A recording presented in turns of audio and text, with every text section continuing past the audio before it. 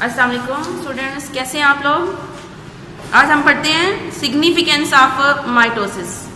पहले हमने डिटेल से माइटोसिस को पढ़ा था, अब हम देखेंगे कि इसकी अहमियत क्या है। Significance, importance. बात ये होती है कि इम्पोर्टेंस का जब लफ्ज आता है तो हम कहते हैं कि इम्पोर्टेंस का क्या मतलब है। उसका मतलब ये है कि उसका हमारी लाइफ पे क्या अफेक्ट है, उसका क्या फायदा हो रहा है। ठीक है, किसी चीज की इम्पोर्टेंस बतानी हो तो हम कहते हैं कि उसका क्या फायदा है, या अगर कोई नुकसान भी किसी चीज का है तो वो भी हम इम्पोर्टेंस या सिग्निफिकेंस में ही बताते हैं। तो इसमें यहाँ पे फायदा क्या है इसका, वो जरा हम देखते हैं कि आखिर हम ये क्या चीज पढ़ रहे हैं। माइटोसिस क्या है, डिवीजन हो रही है सेल के अंदर, क्यों हो रही है, या हमें क्या इसका कोई फायदा है। तो पहले मैं आपको थोड़ा सा शॉर्ट लफ्जों में समझाऊंगी कि माइटोसिस का हमारी लाइफ में क्या फायदा है।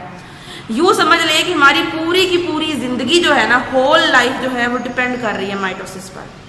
कैसे डिपेंड कर रही है, जब हम अभी पैदा भी नहीं हुए होते, उससे लेकर हमारे बड़े होने तक और फिर हमारे मरने तक ये प्रोसेस हमारी बॉडी के अंदर हो रहा होता है।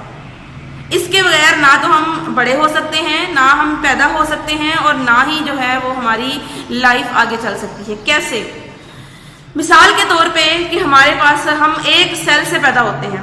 ठीक है, साथ साथ मैं आपको बताती भी जाती हूँ कि सिग्निफिकेंस के 4 फेजेस हम पढ़ेंगे कि डेवलपमेंट एंड ग्रोथ। ठीक है, इसकी सिग्निफिकेंस क्या है कि ये हमारी डेवलपमेंट और ग्रोथ में हेल्प करती है। इसको समझ लेते हैं पहले अच्छी तरह से कि हम एक सेल कैसे होते हैं।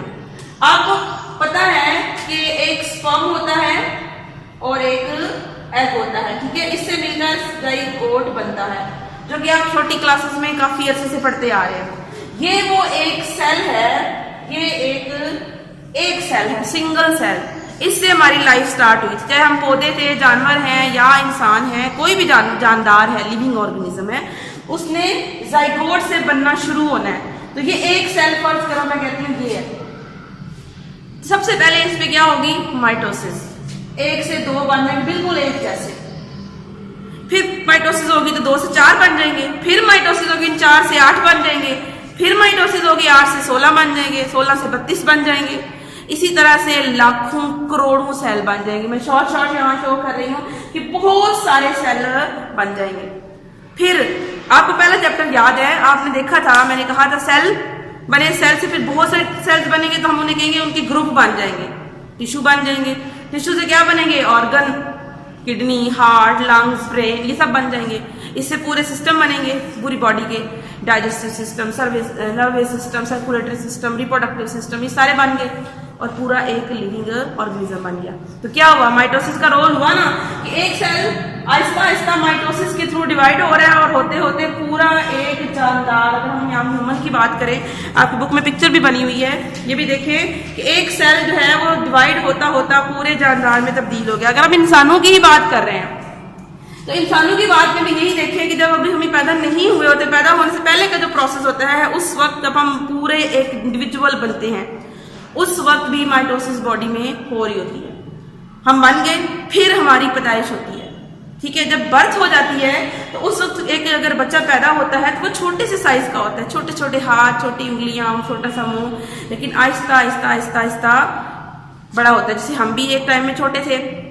अब वो सारा क्या हो रहा है, वो ग्रोथ हो रही है। पहले क्या हुआ था, डेवलपमेंट। ये सारा क्या प्रोसेस हुआ है, डेवलपमेंट। अब उसके बाद देखिए, बाद में तो नहीं हुआ कि आपकी ये हाथ नहीं बना हुआ था और बाद में बन गया, ऐसा तो नहीं। अगर हाथ नहीं बना हुआ था फिर पूरी जिंदगी नहीं बनेगा। जब एक बच्चा पैदा हो जाता है उसके बाद सिर्फ उसकी ग्रोथ होती है। वो ग्रोथ किस तरह से होती है, उसकी पहले मैं एक मिसाल देती हूँ। आपके पास एक इतना बड़ा पैकेट है, अब उसमें ना बजरी डाल रहे हैं, अब छोटी सी बोरी कह लें, ठीक है। अब उसमें आप बजरी डाल रहे हैं, आहिस्ता आहिस्ता उसका साइज बढ़ता चला जाएगा ना। इसी तरह से सेल्स बढ़ते हैं। तो अगर हमारा इतना सा हाथ है तो आहिस्ता आहिस्ता अगर हाथ के सेल्स बढ़ रहे हैं, इट्स मीन के उसके अंदर उसका साइज बढ़ेगा। तो हमारी बॉडी में भी ऐसे होता है, माइटोसिस हो रही है और सेल बढ़ते चले जा रहे हैं। ठीक है, तो क्या इम्पोर्टेंस हुई ना कि हम जितने के जितने साइज में बड़े हो रहे हैं, हमारी प्रोडक्शन हो रही है, वो सारी की सारी बेस कर रही है माइटोसिस पर। ठीक है, यहाँ तक समझ आ गई। आगे चलते हैं, सेल रिप्लेसमेंट। आपने देखा होगा अक्सर का हमें कट लग जाता है, कोई जख्म आ जाता है, तो वहां पे कुछ अर्से बाद वो सेल निकल जाते हैं और वहां पे नए सेल बन चुके होते हैं। लाइक डैट आपको छुरी लग गई है, कुछ दिन तक तो उसमें खून आएगा, फिर जख्म रहेगा, दर्द रहेगा, फिर एक वो ब्लैक ब्लैक सा बन जाएगा, उतर जाएगा, नीचे देखोगे वो सेल वैसे बने हुए होंगे। वहां पे क्या हुआ? माइटोसिस हुई। ठीक है, अब माइटोसिस ने क्या किया? वहां पे नए सेल बना दिए, तो पुराने सेल खत्म हो गए और नए सेल ने उनकी जगह ले ली। तो क्या फायदा हुआ ना, इंपॉर्टेंस इसकी माइटोसिस का फायदा है ना, उसकी सिग्निफिकेंस हुई ना कि पहले वाले सेल को पुराने वाले सेल से रिप्लेस कर दिया। ठीक है, मिसाल के तौर पे हमारे स्किन सेल्स, अक्सर आपने देखा होगा कि हमारे स्किन सेल खुद ही उतरते रहते हैं, और कभी कभी वाज़ेह तौर पे हमारे हाथों से वो जो स्किन सी उतर रही होती है, या कभी वैसे भी कुछ स्किन के सेल उतर जाएं तो वो दोबारा बनते रहते हैं। स्किन के सेल लगातार नए बनते रहते हैं, पुराने उतरते रहते हैं। किसके थ्रू बनते हैं? दोबारा माइटोसिस के थ्रू। इसी तरह से हमारे मुंह के अंदर वाली साइड और फिर जो अंदर खुराक की नाली है, स्टमक है, ये सारा डाइजेस्टिव ट्रैक है। इसके अंदर जब खुराक गुजर रही होती है तो सेल्स इसके उतरते रहते हैं। कोई सेल्स अगर फर्ज करें ये डाइजेस्टिव, ये स्टमक है,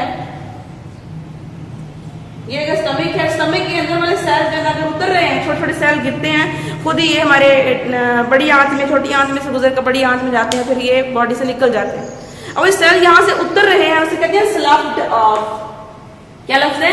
स्लाफ्ड ऑफ, यानी सेल डाइजेस्टिव ट्रैक से लगातार उतरते रहते हैं, लेकिन ये क्या उतरते हैं तो आखिर एक वक्त आएगा कि स्टमक खत्म हो जाएगा, ऐसा नहीं।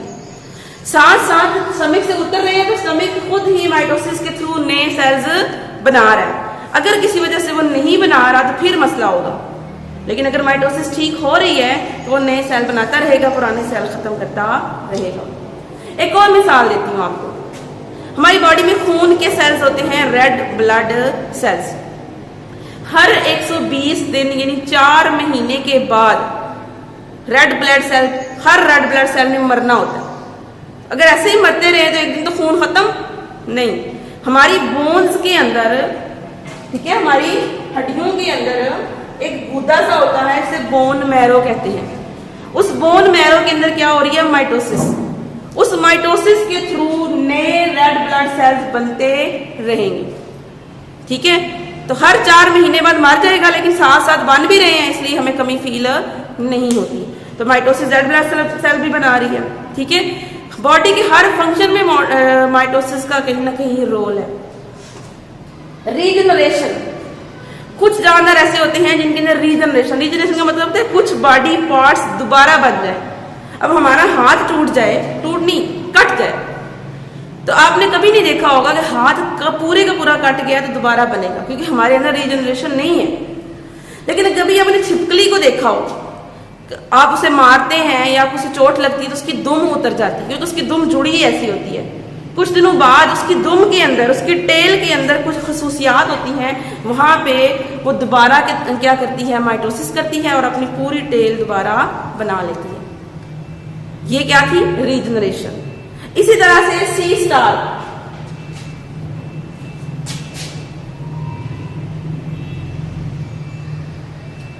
इनवर्टिब्रेट है, पानी के अंदर रहती है, सी स्टार, इसको स्टार फिश भी हम कहते हैं। अब ये सी स्टार की ये आर्म्स होते हैं, ये वाले, ये बाजू है। अगर फर्ज करो कि मैं इसका इतना हिस्सा काट लेती हूँ या किसी वजह से कट जाता है, तो क्या होगा कि वो ये वाला हिस्सा पूरी स्टार फिश दोबारा बना लेगा और ये इसका कटा हुआ हिस्सा भी दोबारा बन जाएगा। तो जितने स्टार फिश के पीस होंगे, इसके अंदर ये सलाहियत है कि ये दोबारा उतनी स्टार फिश दोबारा माइटोसिस के थ्रू बना लेती है। तो किसके थ्रू फिर रीजनरेशन हुई? Regeneration be also done by mitosis. ठीक है, इसी तरह से एसेक्सुअल रिप्रोडक्शन, रिप्रोडक्शन को आगे चल के डिटेल से पढ़ेंगे। रिप्रोडक्शन का मतलब होता है कि एक जानदार, एक लिविंग ऑर्गेनिज्म के अंदर नई नस्ल बनाने वाला प्रोसेस, चाहे वो पौधा है चाहे वो जानवर है। इसके 2 मेथड्स होते हैं, एक सेक्सुअल जिसमें स्पर्म और एग बना के जाइगोट बनता है, उसे हम सेक्सुअल रिप्रोडक्शन कहते हैं। लेकिन एक ऐसा मेथड होता है जिसमें स्पर्म और एग नहीं बनता, बल्कि डायरेक्ट जो है वो एक नया जानदार उसकी स्पर्म और एग के बगैर ही एक नया सिमिलर उस जैसा सेम जानदार बन जाए, तो हम कहते हैं ये एसेक्सुअल रिप्रोडक्शन। जैसे आपने कभी देखा हो लहसुन, गार्लिक, लहसुन, आप उसे जमीन में उसके वो पीसेस लगा देंगे तो आहिस्ता आहिस्ता वो नीचे देखेंगे कि नए जो है वो क्या बन चुके हैं? लहसुन बन चुके हैं। आपने आलू ले लिया, आलू को कट किया, जमीन में बो दिया और आपने उसको देखा कि उसके नीचे भी उसी तरह के सेम आलू प्रोड्यूस हो रहे। एक गुलाब के पौधे की स्टेम ले लें, आपने उसकी एक टहनी काटी, इसे गमले में बो दे, कुछ दिन बाद सेम गुलाब हो जाएगा, यानी उस जैसा सेम। शुगर केन गन्ना है, गन्ने का आपने वो जो कट करते हैं उसके जो निशान होते हैं उसमें से कट करके आप उसे बोएंगे तो वो गन्ना उग जाएगा। ये क्या थी? ए सेक्सुअल रिप्रोडक्शन। अब उसके सेम कैसे उगे? क्यों हुई उनके अंदर माइटोसिस। जितने भी सेम टाइप के ऑर्गेनिज्म बनते हैं इनके अंदर भी क्या हो रही होती है? माइटोसिस। यहाँ पे एग्जाम्पल दी हुई है हाइड्रा की, ये एक यूनिसेलर ऑर्गेनिज्म है हाइड्रा, ठीक है। हाइड्रा क्या है? ये एक ऑर्गेनिज्म है, ठीक है, यूनिसेलर। इसके अंदर ऐसे बर्ड्स बनती है, ठीक है। माइटोसिस हुई, एक बर्ड बनी है, छोटी सी बर्ड बनी है, आहिस्ता आहिस्ता ये बर्ड बड़ी हो रही है, ठीक है। कुछ वक्त आएगा ये बर्ड यहाँ से उतर जाएगी, उतर गई बिल्कुल इस जैसा सेम हाइड्रा बना देगी। और कभी कभी ऐसा होता है ये ना उतरे तो यहाँ पे जब ये बड़ी हो जाएगी आपकी एक बर्ड बनाएगी और ये आहिस्ता आहिस्ता बर्ड बनी। इस तरह ये हाइड्रा प्रोड्यूस करता रहता है और अपनी तादाद बढ़ाता रहता है। तो ये एसेक्सुअल रिप्रोडक्शन भी किसके थ्रू होती है? माइटोसिस के थ्रू होती है। तो ये थी हमारे पास दूसरी क्लास एक और बात कि जब हम ये कह रहे हैं कि मैंने आपको लहसुन की, आलू की, गुलाब के फूल की मैंने एग्जांपल दी, माइटोसिस हो रही है, प्लांट्स के अंदर हो रही है। जब एसेक्सुअल रिप्रोडक्शन प्लांट्स के अंदर होती है उसका एक स्पेसिफिक नेम है जो हम 10th क्लास में डिटेल के साथ जाकर पढ़ेंगे, वेजिटेटिव प्रोपोगेशन। मतलब कि वेजिटेटिव प्रोपोगेशन जो हो रही है वो सारी की सारी किसके थ्रू हो रही है? माइटोसिस के थ्रू हो रही है, ठीक है। तो ये थी सिग्निफिकेंस ऑफ माइटोसिस। इसको अच्छी तरह से रीड करें, ये इसका पूरा का पूरा आपने पढ़ना है, हेडिंग्स लगा के यहाँ तक जो है ये इसका कंप्लीट हो गया, ठीक है।